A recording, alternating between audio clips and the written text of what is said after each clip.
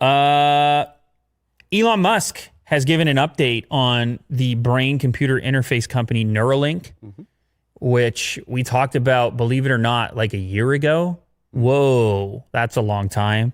This is that interface that is going to allow humans to be cyborgs, interface with AI, not be obsoleted by AI because we know what AI is actually doing because we're able to interface in a fashion that's more sophisticated than the way that we do right now, using our mitts and our eyeballs and all this nasty bio stuff. So anyway, they've done some trials on animals. I believe there's nothing on humans yet. This company is dating back now to 2016, but of course the major development, the reveal, was July 2019, so a year ago, which is wild at this point. But apparently there's going to be an update. The company will provide an update on its progress on August 28th. So we're getting an update in a little bit more than a month and a half. And they're going to let us know exactly what they've seen, what they've been working on. Maybe they stuck it in a human, Will. Those tiny little threads.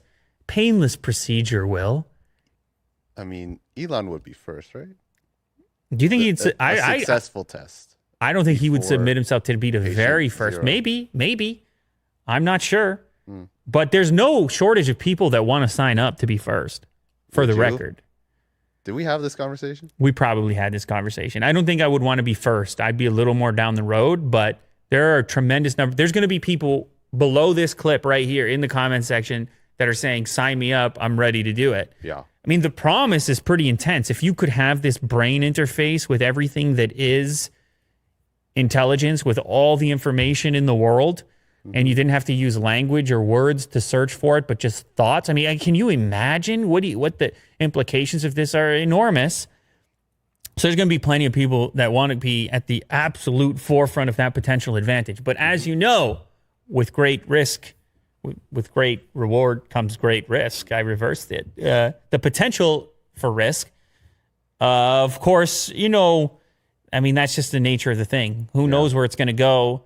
The reason we're talking about, the reason it's exciting is because it's new and it's bizarre and all the rest of it. And so it's going to take some time before it becomes the status quo, before it becomes a thing that everybody's willing to do. But I'm telling you, man, you look at it and it's the science fiction aspect, it seems inevitable. You think to yourself, yeah, I guess so. Like VR, everything in the presence of this, all of our attempts at any kind of technological advancement or merging or whatever, everything looks rudimentary compared to just linking up via your brain directly in this fashion here.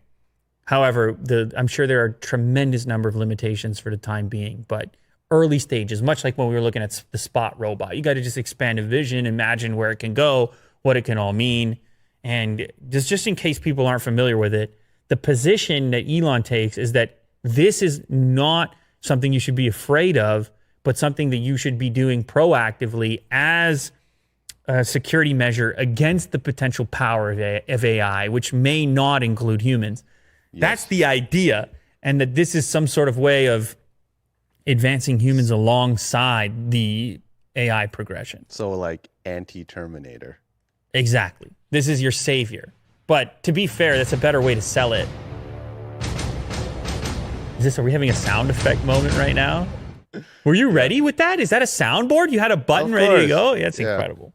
Wow, this show, the production value, we're almost ready for Quibi with this show. Cool. We're almost ready for our premium version. Ready for that deal. Anyway, if I was trying to sell you on a Neuralink, I would tell you this is your only savior from AI. Yes. Because then you're going to say, well, damn, I better get one of those. So anyway, but he might be right. He certainly has spent a little more time on AI than you or I, and probably most people watching this.